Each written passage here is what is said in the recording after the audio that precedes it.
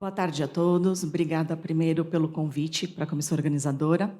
Então, a pergunta que coube a mim é se o rastreamento mamográfico já está disponível a partir dos 40 anos no SUS. Devemos lembrar que o câncer de mama é um problema de saúde pública mundial. Os dados da Globocan, eles mostram que ele continua sendo o câncer mais incidente na população feminina, com 2,3 milhões de novos casos, e a principal causa de morte nessa mesma população, com 667 mil mortes no mundo todo. Os dados do INCA para 2026 mostram 78.610 novos casos nas mulheres, correspondendo a 30%. No estado de São Paulo, para este ano, vão ser 20.820 novos casos. O estudo Amazônia já mostrou para a gente que 32,2% dos casos de câncer de mama estão na faixa etária entre 40 e 50 anos, evidenciando a importância de inserirmos essa faixa etária nesse rastreamento. Sabemos que o rastreamento tem um impacto na mortalidade, mas para a redução de até 38%, ele só se concretiza quando há o diagnóstico precoce por meio de um rastreamento organizado e associado ao acesso oportuno a um tratamento eficaz.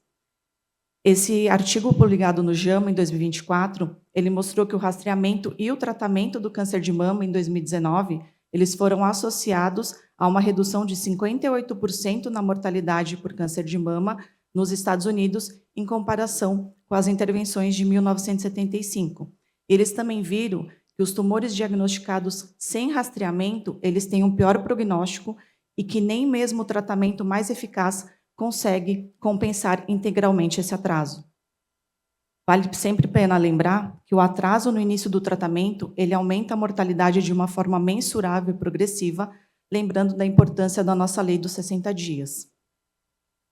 Até o Dr. Rufo me citou, citando ele, aqui nós vemos uma crítica forte ao modelo atual do Brasil, que é um rastreamento oportunístico, e defende a necessidade urgente de ampliar o rastreamento a partir dos 40 anos, especialmente no SUS, porque vemos que 59% dos casos em estadiamento 3 e 4 está entre 40 e 49 anos. Essa corte retrospectiva, publicada agora em fevereiro, pegou dados da FOSP, da Fundação Oncocentro de São Paulo, com mais de 65 mil mulheres entre 2000 e 2020, comparou o sistema público e privado, e vimos 21% dos estadiamentos 1 no serviço público contra 41% no sistema privado e uma inversão dos valores quando a gente vê os estadiamentos 3 e 4. Isso vai ter impacto na sobrevida também. Em todos os estadiamentos, há uma pior sobrevida nas pacientes que têm acesso ao sistema público quando comparado ao privado, principalmente no estadiamento 3. E qual que é o nosso cenário? Eu trago para vocês os dados do Panorama do Câncer de Mama no Brasil, que é uma iniciativa do Instituto Natura e Avon contra o Câncer de Mama e o Observatório de Oncologia, que utilizou dados do DataSUS entre 2015 a 2024. Sabemos que a Organização Mundial da Saúde, ela preconiza que o rastreamento, que a cobertura mamográfica seja de 70%, isso vai ter impacto na mortalidade, mas no Brasil, infelizmente, está em 23,7%. Quando avaliamos o estado de São Paulo, entre 21 e 22 era de 26,6% a cobertura, indo para 29,8% entre 23 e 24, mas ainda muito abaixo do que é preconizado pela OMS. Falando em atraso ao início do tratamento, que impacta na mortalidade, o estado de São Paulo, a paciente demora 180 dias entre diagnóstico e tratamento, ultrapassando 120 dias do que é preconizado pela lei. Nós vimos também uma tendência a diagnósticos mais tardios em mulheres mais jovens e a mortalidade sempre crescente. Então, apesar dos avanços terapêuticos, a gente observa o aumento progressivo da mortalidade no estado de São Paulo, reforçando a necessidade de um rastreamento efetivo, organizado e um acesso ao tratamento mais breve. Em dezembro do ano passado, foi sancionada a lei que amplia o acesso às mulheres ao exame de mamografia fornecido pelo SUS, mas uma frase no texto chama a atenção que a recomendação para as mulheres a partir dos 40 anos é que o exame de mamografia seja feito sob demanda, em decisão com o profissional da saúde. E que os nossos profissionais da saúde que mais olham essas mulheres sabem. Esse artigo de 2024 mostra que 33,5% dos ginecologistas seguem o protocolo de 50 a 69 anos, 23,6% não seguem protocolo algum de rastreamento. Entre os médicos de família, 76,6% seguem entre 50 e 69 anos e o restante não segue protocolo algum. E os ginecologistas, 39% acham que o ultrassom é um método de rastreamento. E quanto às nossas mulheres, o que elas sabem sobre? Trago para vocês o Índice de Conscientização sobre o Câncer de Mama, que também é uma iniciativa do Instituto Natura e Avon contra o Câncer de Mama, que conversou com mais de 2.600 mulheres acima de 18 anos em todas as regiões do país entre julho e agosto de 2025. Nós vimos que 17% dessas mulheres associam o autoexame a uma forma de redução de risco de desenvolver o câncer de mama. 95% delas não sabem da lei dos 30 dias, que é a lei da suspeita do câncer, 30 dias para realizar o diagnóstico. 98% delas não sabem da lei dos 60 dias, o quanto é importante que vimos que nem no Brasil, nem no estado de São Paulo ela é cumprida. 86% das mulheres brasileiras não sabem que podem fazer a mamografia pelo SUS, em qualquer idade, quando tem sintomas ou indicação médica por risco aumentado.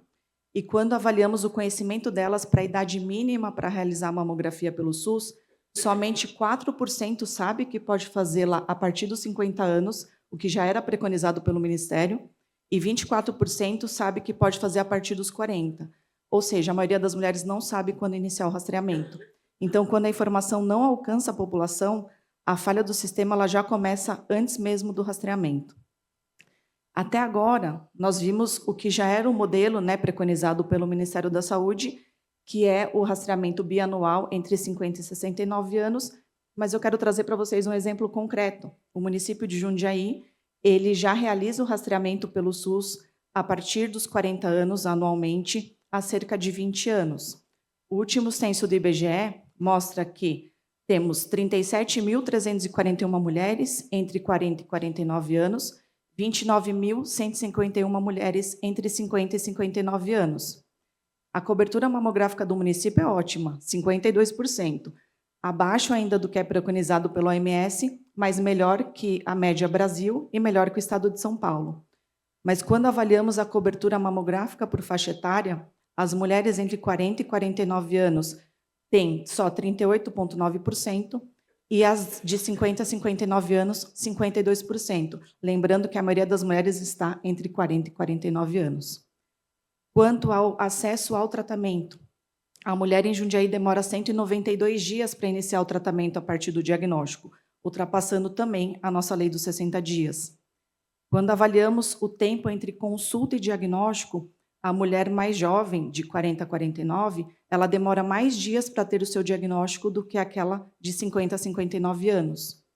E quando avaliamos o tempo entre diagnóstico e tratamento por faixa etária, as mulheres de 40 e 49 anos demoram mais dias nos estadiamentos tardios 3 e 4 do que aquelas entre 50 e 59 anos.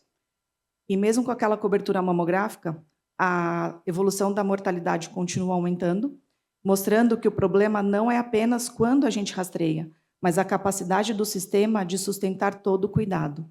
Então, respondendo à pergunta que me foi feita, se o rastreamento mamográfico a partir dos 40 anos já está disponível no SUS, infelizmente minha resposta ainda é não, porque a disponibilidade real ela exige acesso, agilidade e resolutividade. Como mensagem final, acho que o impacto do rastreamento ele não depende só da idade, depende do sistema conseguir diagnosticar precocemente e tratar com qualidade e equidade. Devemos organizar políticas públicas para um rastreamento organizado, incentivar a implementação da navegação para reduzir os prazos de diagnóstico e início de tratamento, educar a população e os profissionais de saúde sobre as leis vigentes em relação a rastreamento, diagnóstico e tratamento. Muito obrigada pela atenção de todos.